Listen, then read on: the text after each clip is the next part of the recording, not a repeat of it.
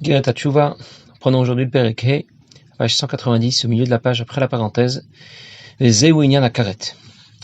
La Nourazaken nous parle du sens profond de la Tchouva, afin que nous soyons motivés à ne pas récidiver, afin de comprendre quelles sont les conséquences de nos fautes. Quand quelqu'un commet une faute, il n'a pas seulement désobéi, ça va avoir des répercussions catastrophiques qu'on n'aurait jamais imaginées si la Nourazaken nous en avait pas parlé. Il nous a d'abord expliqué quelle est la racine, le shorej de notre neshama, quel procédé organise son intégration à la création, puis au corps, pour qu'on comprenne bien de quelle façon nos fautes vont affecter, détruire tout ce système.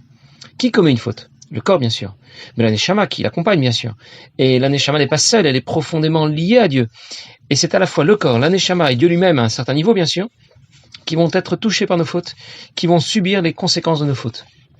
Nous avons expliqué la dernière fois qu'on distingue 3 étapes dans le processus d'intégration de la neshama au corps, et les conséquences de nos fautes seront différentes pour chacune de ces différentes étapes.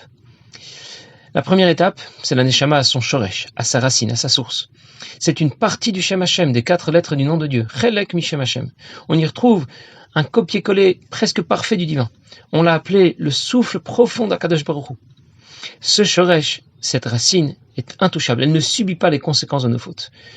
C'est un shoresh qui est complètement décalé et incompatible par rapport à la création. Puis vient une seconde étape. Il s'agit de la neshama, cette fois dans son orientation vers la création. On l'a associé au souffle de Dieu lié à sa parole. On l'a appelé le dibur apnimi, la parole profonde de Dieu. Cette étape, c'est celle au cours de laquelle la neshama, qui est incompatible et décalée par rapport à la création, commence à s'orienter en direction de la création. C'est une étape stratégique, une étape de transition exceptionnelle et hypersensible. C'est une phase critique dans tout le processus. Je ne sais pas si c'est un bon exemple, mais quelle est la phase critique dans le pilotage d'un avion? Ce n'est pas quand l'avion roule au sol, ce n'est pas non plus quand il suit sa trajectoire à 10 000 mètres d'altitude. La phase critique qui demande toute l'attention du pilote, c'est la descente et l'atterrissage. Pendant cette phase, la moindre erreur peut être fatale. L'étape intermédiaire et critique dans le processus d'intégration de la neshama au corps, c'est la deuxième. La première phase, la neshama à son shoresh, à sa racine, ce n'est pas une phase critique. La troisième phase, lorsque la neshama intègre effectivement le corps, ce n'est pas non plus une phase critique. Mais quand la neshama, qui est incompatible avec la création, se dirige, s'oriente, rejoint le système de la création, elle franchit une étape de transition exceptionnelle, extrêmement critique et sensible. Et c'est au cours de cette étape que la moindre erreur aura des conséquences catastrophiques et fatales. Pour reprendre mon exemple, s'il y a des orages violents, la météo est très perturbée, ça ne posera pas vraiment de problème pour l'avion qui vole au-dessus des nuages. Ça ne posera pas vraiment beaucoup de problèmes pour l'avion qui roule au sol. Par contre, ça posera de sérieux problèmes à un avion qui est en descente, qui est en phase d'atterrissage. Cette deuxième phase, le dibur apnimi, la parole profonde de Dieu, dans l'intégration de la neshama à la création, cette deuxième phase est tellement critique que la moindre faute aura à ce niveau des conséquences catastrophiques. Tout ce qui sera contraire à la volonté de Dieu aura des répercussions terribles. Et c'est pour cela que la Nourazaken rapportait le pasuk dans Ishaïa qui disait Ki mavonotechem hayu mavdilim benechem leven elokechem. Vos fautes font écran entre vous et Akadosh Baruch Hu, et cela quelle que soit la gravité de ces fautes. Enfin, la troisième phase, c'est la phase d'intégration effective d'un neshama au corps. À ce stade, les fautes légères auront moins de conséquences, et les fautes les plus graves, passibles de karet par exemple, d'être retranchées de la vie, auront des conséquences gravissimes. En l'occurrence, s'il s'agit d'une faute passible de karet, comme le fait de transgresser Shabbat, de manger du Hametz pendant Pessah, Nida. Karet veut dire retrancher, couper de la source de la vie, couper de Chea Chayim Ensov Baruch Hu. Et se détacher de la vie, ça veut dire mourir. Au début du Perek Dalet, la Nourazaken avait présenté 3 introductions sous forme de questions. Et il rapportait qu'à l'époque du Beth Amikdash, celui qui transgressait une faute passible de Karet mourrait effectivement avant 50 ans. S'il avait commis une faute passible de Mitabede Shamayim, alors il mourrait avant 60 ans. Ça veut dire que dès qu'il commet cette faute, il se coupe de la vie. Il est mort, même si à l'extérieur, il a l'air de continuer à vivre. On a l'impression qu'il continue à vivre, mais à l'intérieur, il s'est retranché de la vie. Quelqu'un va tomber nez à nez avec un lion ou un ours. Immédiatement, il est pris de panique, il est sous le choc. Et puis il réalise qu'en vérité, le lion a l'air tellement vivant, l'ours a l'air tellement vivant, mais il est empaillé. Il a l'air d'être vivant, mais à l'intérieur, c'est mort. Et de la même manière, quelqu'un transgresse une faute passible de karet. Sa neshama est coupée de la vie. Karet, il est mort. Même s'il a bien l'air de continuer à vivre, jusqu'à 50 ans au moins, à l'intérieur, il est mort. Alors je vais commencer dans les mots. Zéou Inyan Akaret. C'est ça que veut dire karet. Chez Nir Advenif Sakrevel Amshacha. Alors a été coupée la corde de à la hamshacha de ce qui apporte à Kadosh Baruch Hu, de la vie qu'apporte à Kadosh Baruch Hu, Mishem Havaye Baruch Hu, des 4 lettres du nom de Dieu, Yud Kevavke, Shenimshecha Mehetata Kanal, et qui lui vient du He d'en bas, le He d'en bas qui va correspondre à la deuxième phase dans la description qu'on a donnée de l'intégration d'un Neshama à la création. Comme c'est écrit dans Parashat Emor, Venicheta Nefesh Haim Milfanai Ani Hashem, ce Nefesh, cette Neshama sera retranché de devant moi, dit Hashem, Milfanai Daka, de devant moi précisément. Que vient nous dire l'Admor Zaken? Quelqu'un a commis une faute passive de karet. Il s'est coupé au niveau de la corde qui le relie à Kadosh Baruch Hu. La deuxième étape du processus d'intégration d'un Neshama à la création a été comparée au souffle de Dieu. Le souffle de Dieu engagé vers sa parole, le Dibur Apnimi, Vayipar Be'apa, Vayi Adam. La troisième étape du processus d'intégration d'un Neshama à la création était comparée à une corde. Yaakov Chevel Nachalato. Toutes les fautes, même les plus légères, vont affecter la phase numéro 2, comme un souffle qui s'arrête, quel que soit l'obstacle, devant un mur de béton ou devant une feuille de papier. Mais les fautes les plus graves seulement vont affecter la phase numéro 3, comme une corde qui tient bon si l'un ou l'autre de ces 613 brins est coupé, mais qui va céder si la totalité de la corde est coupée. Et c'est le résultat, la conséquence des fautes passives de karet. Alors concrètement, à l'époque du Beth Amikdash, quelqu'un commettait une faute passive de karet et il mourait. Nous verrons dans le Perek Vav, dans le Perek suivant, pourquoi à notre époque, quelqu'un peut commettre des fautes passives de karet et vivre de longs et vieux jours dans le bonheur et la sérénité. Mais à l'époque du Beth Amikdash, un juif qui dépasse l'âge de 50 ou 60 ans, c'est un juif kadosh. On est sûr qu'il n'a jamais commis une faute passive de karet, jamais commis une faute passive de mitab des shamaïm. À notre époque, on ne peut plus dire ça. Les règles ont changé. Et nous verrons pourquoi et comment dans le Perek Vav. Mais on comprend déjà que notre vie, notre Neshama, nous vient d'Akadosh Baruch Hu. Elle intègre notre corps au cours d'un processus qui comprend 3 phases progressives, successives. Parce qu'au départ, c'est une partie de Dieu, et à l'arrivée, elle intègre un corps physique et matériel. Alors je récapitule. Le shoresh de notre Neshama est intouchable. La racine de notre Neshama n'est pas affectée par nos fautes, quelle que soit la gravité de nos fautes. L'étape intermédiaire du processus, qu'on a appelé le Dibur Apnimi, la parole profonde, le souffle de Dieu, qui correspond à l'orientation d'un Neshama vers la création, qui est une étape critique, sera affectée par toutes nos fautes, quelle que soit leur gravité. Et l'étape finale du processus, celle qui est directement liée à notre vie physique, que l'on a appelée Chevel Nachalato, la corde de son héritage, qui correspond à l'intégration effective d'un Neshama au corps. Elle sera affectée de façon différente en fonction de la gravité de la faute. S'il s'agit d'une faute légère, eh bien, elle sera affectée de façon mineure. Et s'il s'agit d'une faute grave, elle sera affectée de façon fatale, comme les fautes passives de karet. Quelqu'un va commettre une faute passive de karet, il a sectionné, interrompu le système qu'il maintient en vie, qui établit la connexion avec Akadosh Baruch Hu au niveau de cette troisième phase. Et c'est ce qui provoque la mort de cet homme.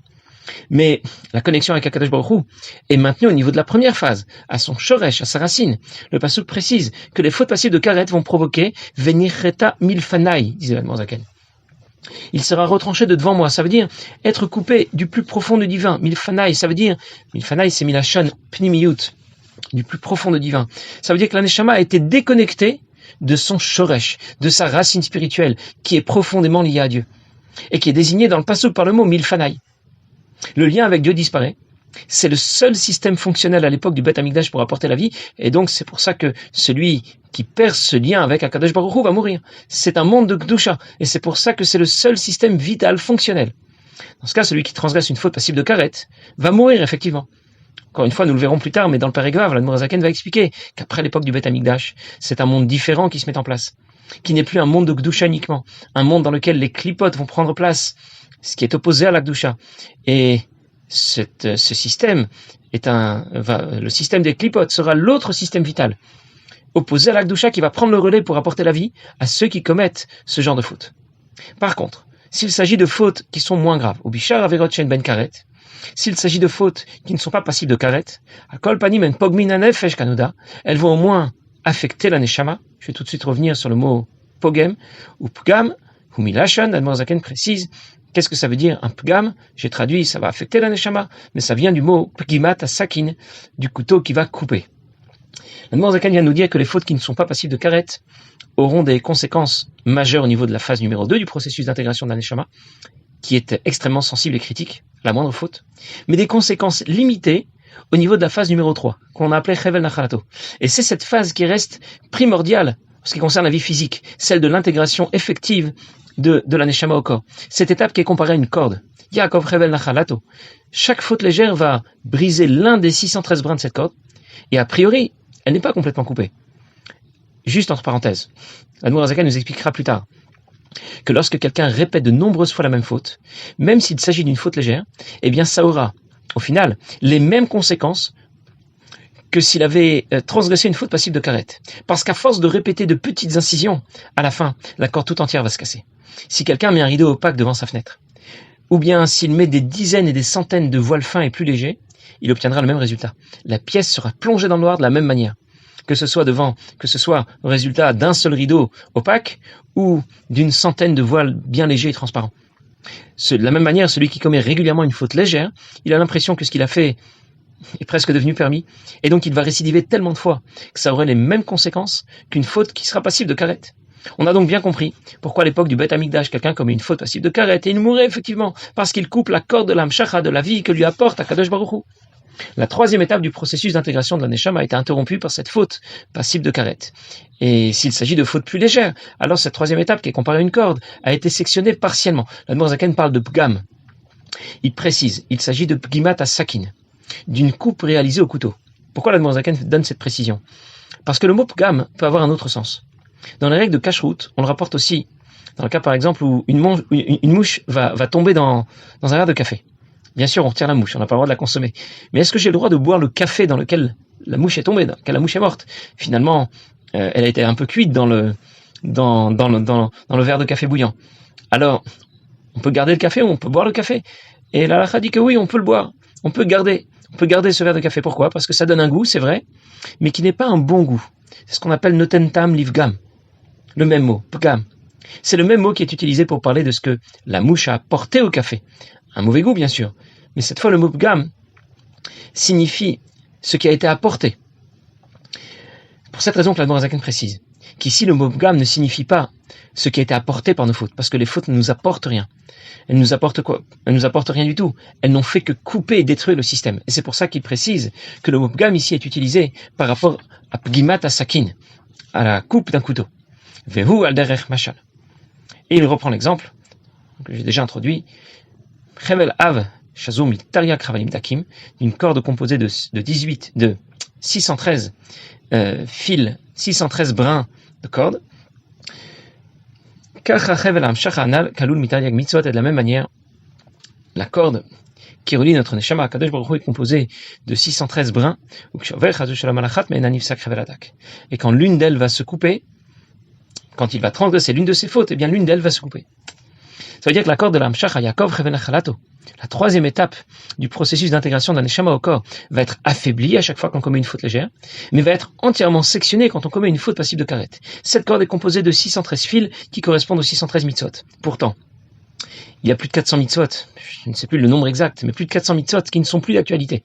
Depuis que le Beth Amikdash a été détruit, on ne peut plus pratiquer toutes les mitzvot que la Torah nous demande d'accomplir.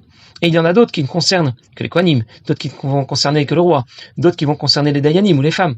Et donc on comprend que quand on parle des 613 mitzvot, ce ne sont pas les 613 mitzvot qui incombent à chacun individuellement, mais les 613 mitzvot qui incombent à l'ensemble du peuple juif collectivement.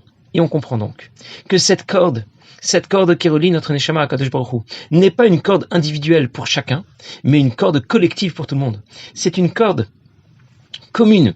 Nous avons tous ensemble un même compte joint. Et dans ce cas, quand quelqu'un accomplit une mitzvah, c'est au bénéfice de l'ensemble du peuple juif. Et quand quelqu'un transgresse une mitzvah, c'est aussi l'ensemble du peuple juif qui en subit les conséquences. Personne ne peut dire, moi je fais ce que je veux, on est dans un pays libre, j'assume totalement mes propres décisions et personne n'a rien à me dire. Parce que t'es pas tout seul.